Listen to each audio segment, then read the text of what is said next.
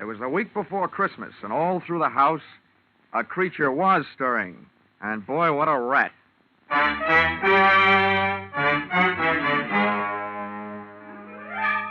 This is another in the adventures of America's fabulous freelance insurance investigator, Johnny Dollar, starring Charles Russell. At insurance investigation, Johnny Dollar is only an expert. At making out his expense account, he's an absolute genius.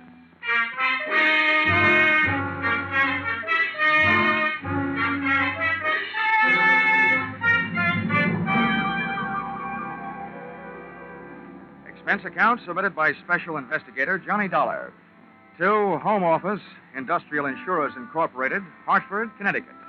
Attention, Mr. Eben Stevens, General Manager.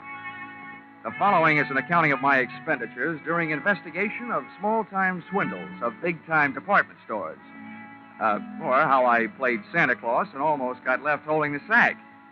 Or going for a sleigh ride without benefit of snow can be tough sledding.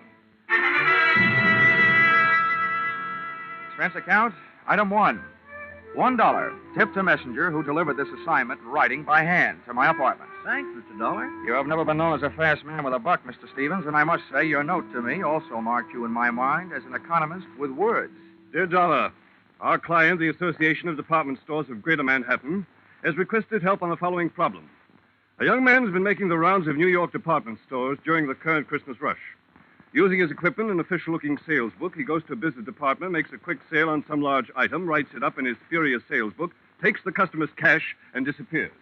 Enclosed find varying descriptions as furnished by victims to date, and check for your usual retainer fee. Please put a stop to this nefarious practice at once. Signed, Eben Stevens, General Manager. Expense account, item 2. $6.21. Train fare, Hartford to New York. Next morning at 7:03 on the Banker's Special. A train very cleverly named that because 75% of its load is made up of bankers. I sat among them in a parlor car, watching them limbering up for the day's chores, slowly shaking their heads from side to side and softly whispering, no. We arrived at Grand Central at 9:20. The bankers got off and headed for their granite vaults. I got off and headed to face my stone wall. Expense account, item 3. 4 bits, cab fare to offices of the Association of Department Stores of Greater Manhattan. There, things got brighter right away.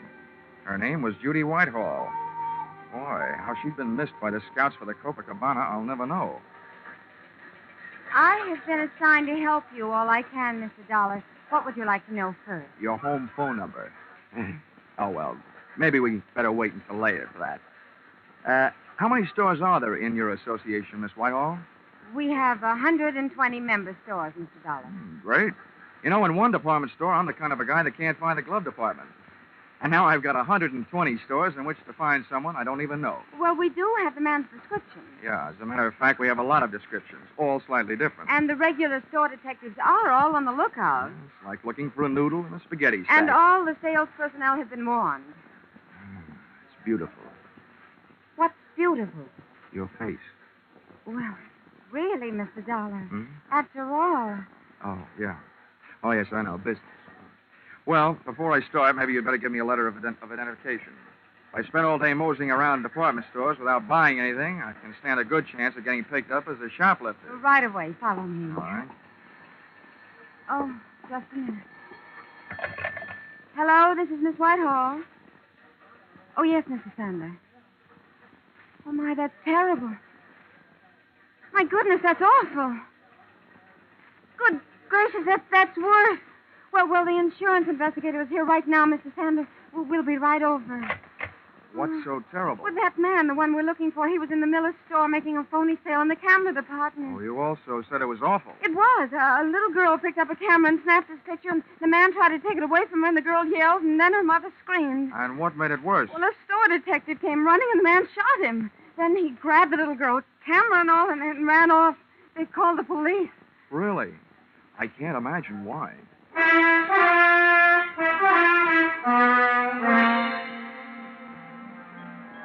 The mob scene in the Miller store would have made the Notre Dame bankfield holler uncle.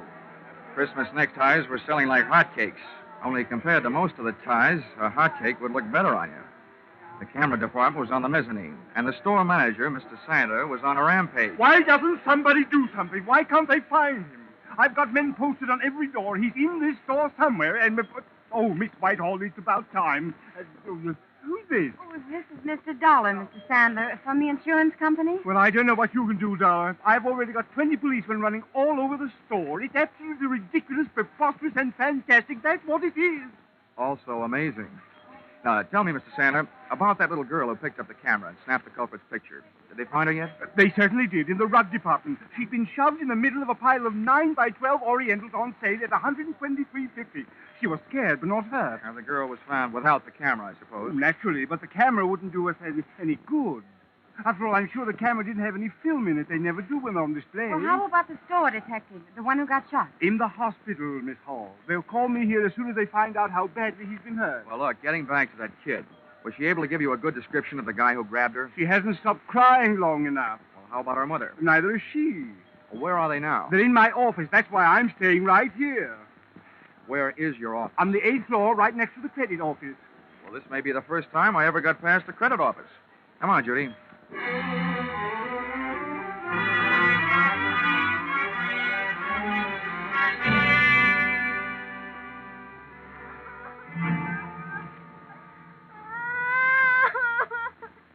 Oh, Bobby, come on. Blow your nose. There. Now be a brave little girl. I don't want to. He hit me. He tried to kill me. Oh. He took away my camera. Let me have another try, Mrs. Jenkins. All right, Mr. Dollar, if you think it'll do any good. All right. Oh, come on now, Bobby. All you have to do is tell us what that bad man looked like. We'll get him, and then we'll fix him. Come on now, huh? I don't want to. He'll kill me. I'm beginning to think he's got a point. Okay, Bobby. Okay. Just a minute now. Oh, Judy. Here. Yes, Johnny? Looks like as a child psychologist, I'm nothing. At this point, I feel like telling little Bobby to go out and play with some old razor blades. Got any suggestions? Well, it is almost Christmas. Yeah. And one thing little girls don't want to do at Christmas is get in wrong with Santa Claus. Ah, gotcha. Good gal. Where do we find Santa Claus? In the toy department on the 5th floor. Well, give me about 5 minutes to explain things to Santa, and then bring Bobby down. All right. Oh, Bobby! What? Do you know what happens to little girls who make Santa Claus mad at them? Yes. What happens? They don't get to look at television before they go to bed. I mean, at Christmas, what happens? They don't get any toys. All they get is old sweaters and underwear. Well, listen, Bobby. This guy Santa happens to be a good friend of mine. What do you think of that? Tell him I want an air rifle. You would. Okay. I'll even fix it so you can tell him yourself. How's that? Just fine. Ah, good girl. Hey, where'd you get that blood on your coat? You got a cut? No, sir. That's from that bad man. I bit him on the hand. Okay, Judy. Here I go. Oh, and on the way down, maybe you better stop by the dog supply department and buy little Bobby a muzzle. If the kid doesn't like his looks, old St. Nick may get nicked.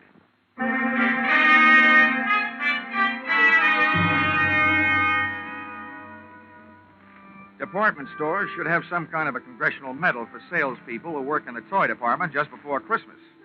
I took the elevator down to 5, and when that door slid open... Let him out, please. It was like stepping into Dante's Inferno, junior grade. First, I got on a house phone and called Santa, who was still in the camera department.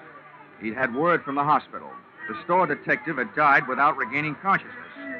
I was no longer trying to catch a cheap swindler. I was now out to swap blood with a dirty murderer. A line of fidgety kids led me to Santa Claus, sitting benignly on his throne. I had a short talk with him and a short wait for Judy and little Bobby.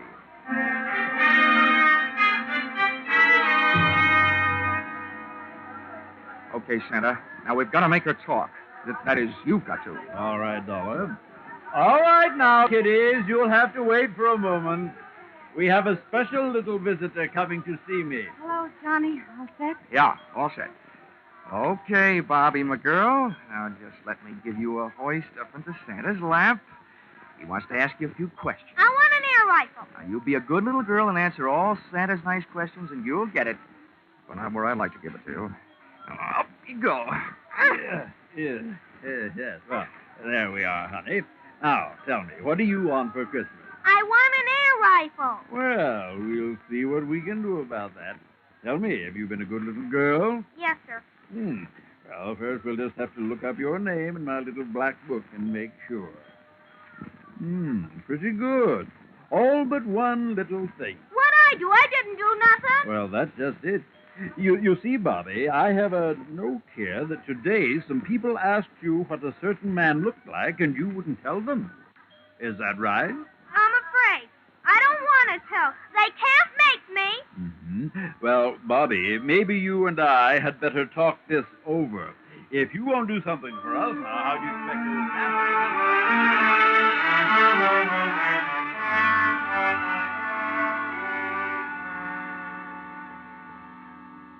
Little Bobby's description of the murderer wasn't the greatest by any means, but it was better than none at all, with which we had been furnished by the personnel in the camera department and the kid's mother. We took the girl to the advertising department, where an artist made a sketch. Armed with a drawing, we made a tour of the store exits, showing it to the police posted on every door, giving them a rough idea what to look for. A medium-build, pudgy man with black hair. And when they came across such a character, he was to be issued an invitation to show his hands. If he was sporting Bobby's teeth marks, then they'd really know. Well, this chore out of the way, Miss Whitehall and I sank our teeth in a pair of sandwiches in the tea room. The Shopper's Delight sandwich, to be exact. Cream cheese, walnuts, watercress, and pineapple on whole wheat bread.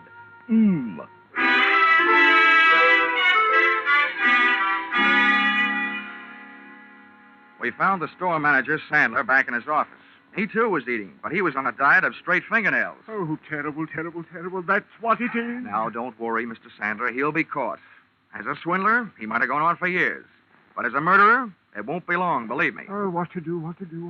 Well, I've got several ideas. And the first is to get out of your office and start at the top of the store and work my way down. They're already doing that, and not a sign of him. Well, I once found a mouse in a hayloft, so be not disencouraged.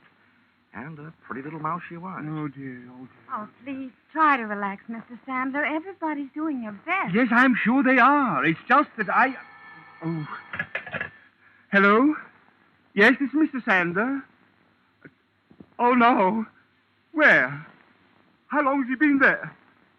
Oh, I'll be right down. What's the matter now? About an hour and a half ago, our store Santa Claus stepped out into the employees' restroom for a smoke. He was slugged from behind. When he came to, he was all tied up in a broom closet, and somebody has stolen his Santa Claus suit. They just found him. About an hour and a half ago. Judy, you know what that means? Oh, no. Oh, yes. 45 minutes ago, when little Bobby was giving Santa Claus the murderer's description, he was giving it to the murderer himself. Oh, good gracious. Instead of a kid's air rifle, it could have gotten us a revolver, size 38.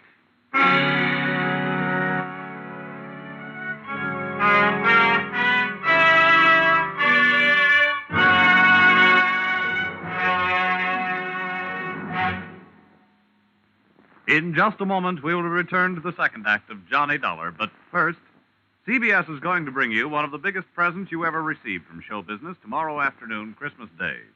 For a full hour on the entire CBS network, you're going to get all the comedy, all the laughs, and one of the greatest Broadway and Hollywood hits of recent years, The Man Who Came to Dinner.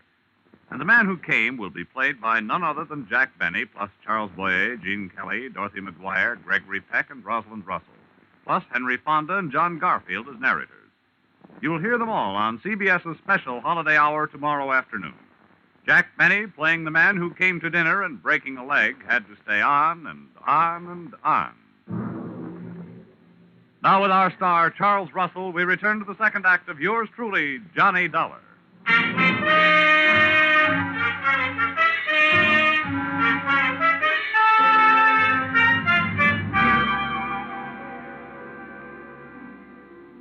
There's no place like a crowded department store for a fresh-made murderer to be on the loose. Especially one that's playing Santa Claus for a lot of rosy-cheeked little nippers. I headed back to the toy department. But when I got there, the cupboard was bare. Our lethal St. Nick had decided to give up his red flannel and white whisker hiding place. We found the empty suit in a storeroom, tossed high on a stack of baby buggies. Oh, Johnny, this is terrible. That man's a murderer. What are you going to do? What am I going to do? Now, listen, Judy. By now, there must be 87 cops sifting through this store looking for that guy.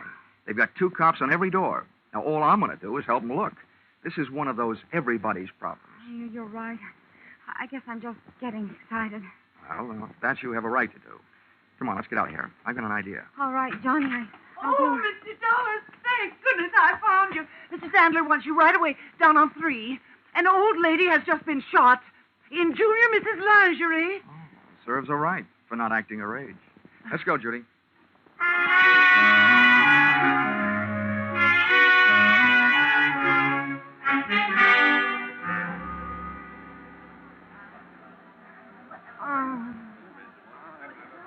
Right over here, Dollar. All right. Let him through, please. Let him... Lady, please stand back now. Well, Dollar, Yeah? congratulations. Before, this store was only going to sue that company of yours for $1 million. Considering what this shooting will do to our reputation, I'm going to make that $5 million. Mr. Sandler, keep your powder dry. First of all, it's not my company. And second, you can't sue them for something they didn't do. And third, you'd better get this poor old gal to a hospital. How badly is she hurt? And how did it happen? The doctor's on his way, and we've sent for an ambulance. This woman was lost out on the back stairway looking for the ladies' room. That maniac saw her coming toward him and ran down the stairs, firing over his shoulder. The bullet just seems to have grazed her left side. Pretty lucky. Where are the police? They're searching all over the store. Dollar, what are we going to do? This is terrible for business. Well, I suspect that any minute now, the cops will be telling you to do something that's going to be even worse for business. Close the store. Well, but close the store? Why, we're staying open late tonight. It's the last-minute rush. I'm just telling you what I think. I think the cops will double the lookouts on all the doors and make you close the store. Then they can go to work. We lose thousands of dollars. They can't make me close the store. If you stay open, you might lose a few more customers. The hard way. Where's that doctor? He'll be here any minute. Oh, Mr. Sandler. Well, yes, what is it? Well, they called up from the sporting goods in the basement. That man has been down there and held them up. And he took 4 guns and 6 boxes of ammunition. 6 boxes of... Oh, my. Oh, what's this going to do to our store? If you're not careful, it's going to turn your store into the world's largest shooting gallery with live targets. You know what I suggest, Mr. Sandler? What? What? Tell me what? Don't wait for the police to tell you. Close the store.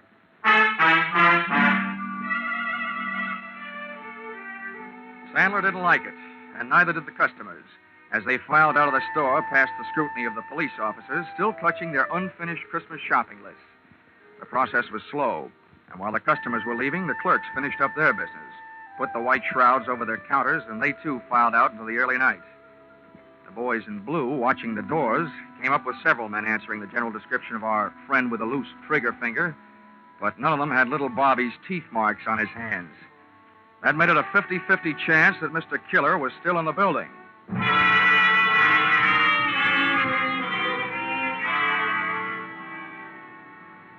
There's nothing more eerie than a department store after closing. In its white sheets, the whole joint seemed to be playing ghost. I sent Judy over to a steakhouse, Pietre's, on 3rd Avenue. Told her to wait. Then I had Sandler get me a gun from the sporting goods department. For that lonely, scared feeling, there's no medicine that quite takes the place of a piece of cool steel in your little hot hand.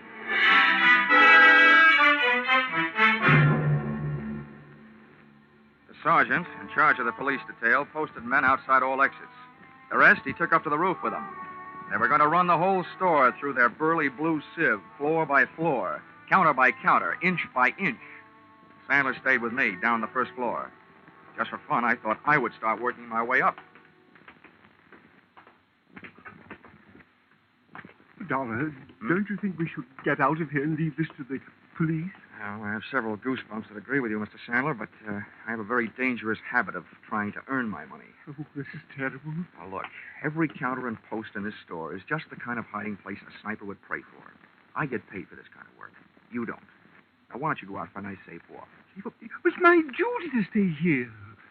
I'm sticking with you. Okay. But remember, 2 of us give him twice as much to shoot at. No, it... I had to go and open my big mouth. Get down.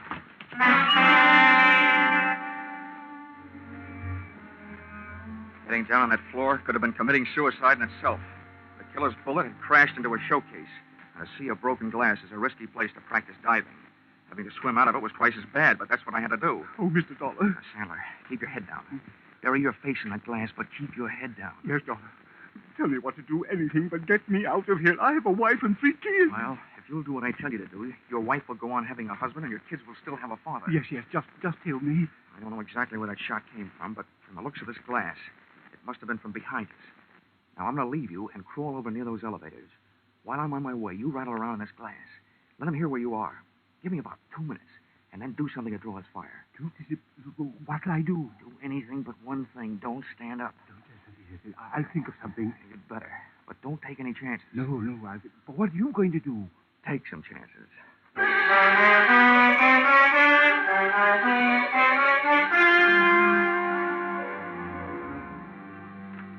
Once I was on my way, Sandler went to work with a vengeance. I could hear him thrashing around in that glass like he was trying to corner the Band-Aid market. I made it over to the elevators, scooting flat along the floor till I hit a car with an open door and slithered inside. Behind the protection of the elevator's front wall, I stood up, peered over at the edge of the door, and waited for Sandler to make the move that would draw the murderer's fire. I must say Sandler was dead game. And the way he made his move, he also stood a good chance of becoming plain dead. First, he stopped wiggling around on his bed of glass, and then he just stood straight up. The shot missed, but my eyesight didn't. The killer was shooting from high up, behind a pole. He was standing up on a glass showcase, hoping for a better view.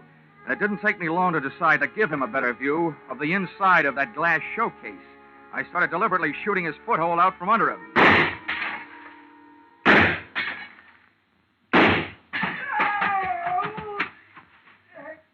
He was bleeding beautifully when I started to run, straight for the back of the store, firing as he ran. As one last souvenir, he threw his empty gun over his shoulder at me. People who live in glass houses shouldn't throw guns. I decided to join the track team and went on the chase. Back out of the main floor, through the employees' entrance, out to the dimly lit shipping department, and its loading dock filled with packages ready for shipment.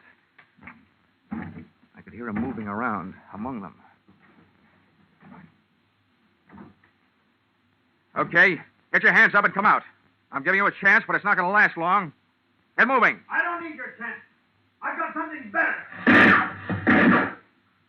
Okay, so you want to play. I think I'll give you a couple of Yuletide presents early, and I'm sure nobody will mind if I open your head before Christmas.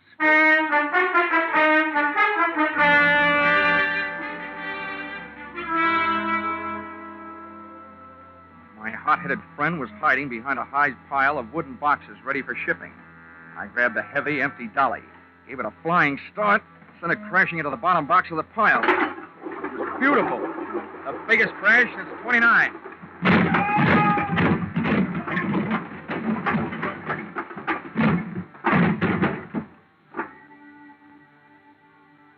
It was a tough fight, but, Mom, I don't think I won. At best, it was a draw. About the 15th time I belted him, he belted me right back. Then he got his hands on a hammer, laid it across the side of my head.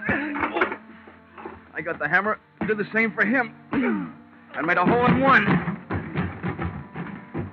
He fell squarely into a man-sized packing case lying at the foot of the packing bench. I was getting weak, dizzy. I had to hold him.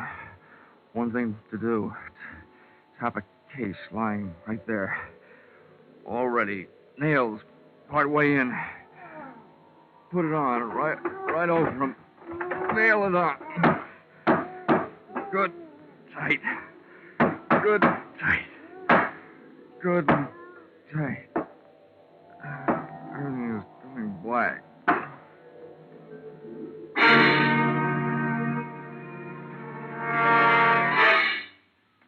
Then everything went white. Hey, corny as this may sound, where am I? You're in the hospital, Johnny, darling. But don't worry. It's only a slight concussion.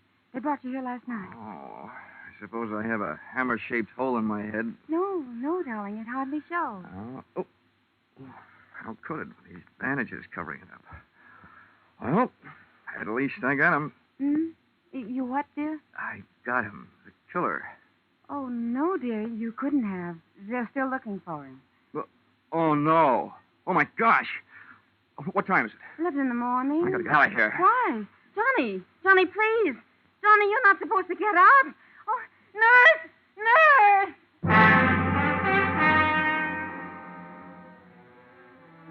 If they let him get away after all my trouble, somebody was going to need a doctor.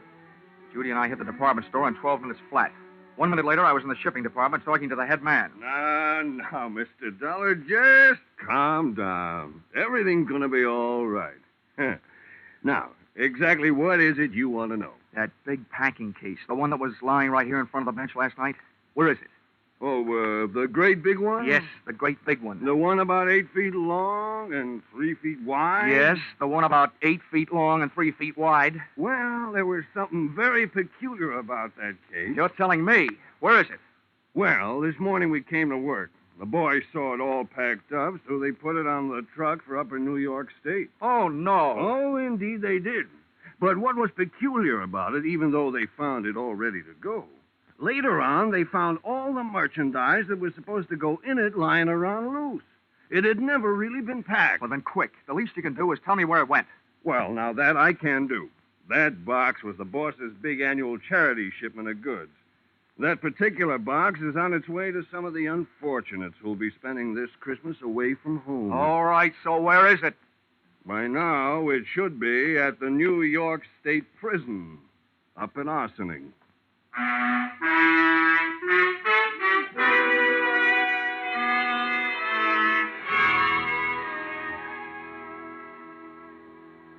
Expense account, item 5, $12.80.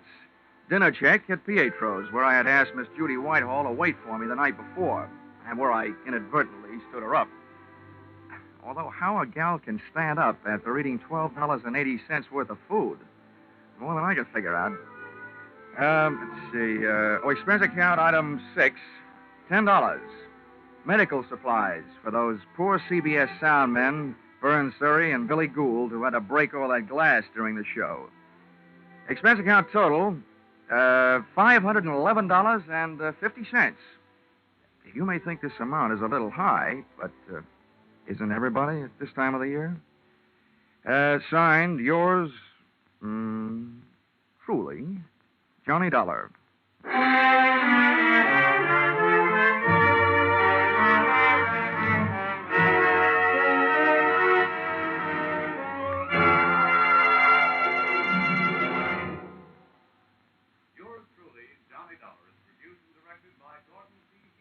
Stars Charles Russell.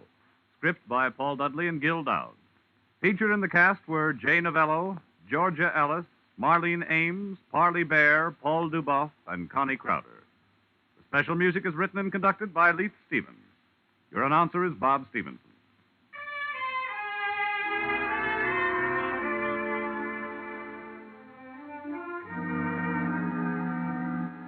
Be sure to be with us at the same time next week when another unusual expense account is handed in by Yours truly, Johnny Dollar.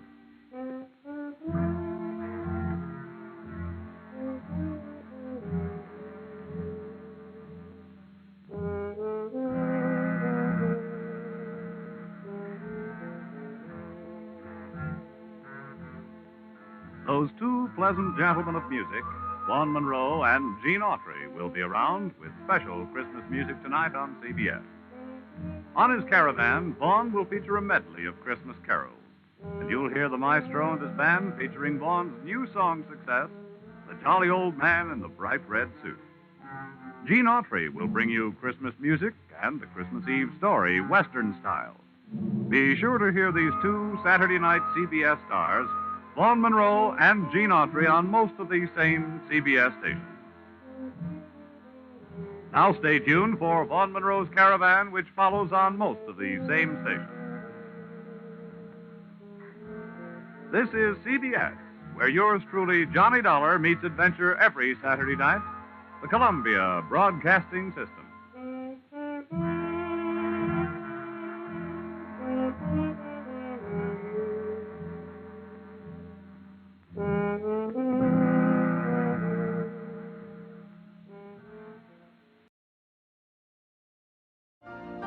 You've been listening to the OTR Gold Network. Find more classic radio at otrgold.com.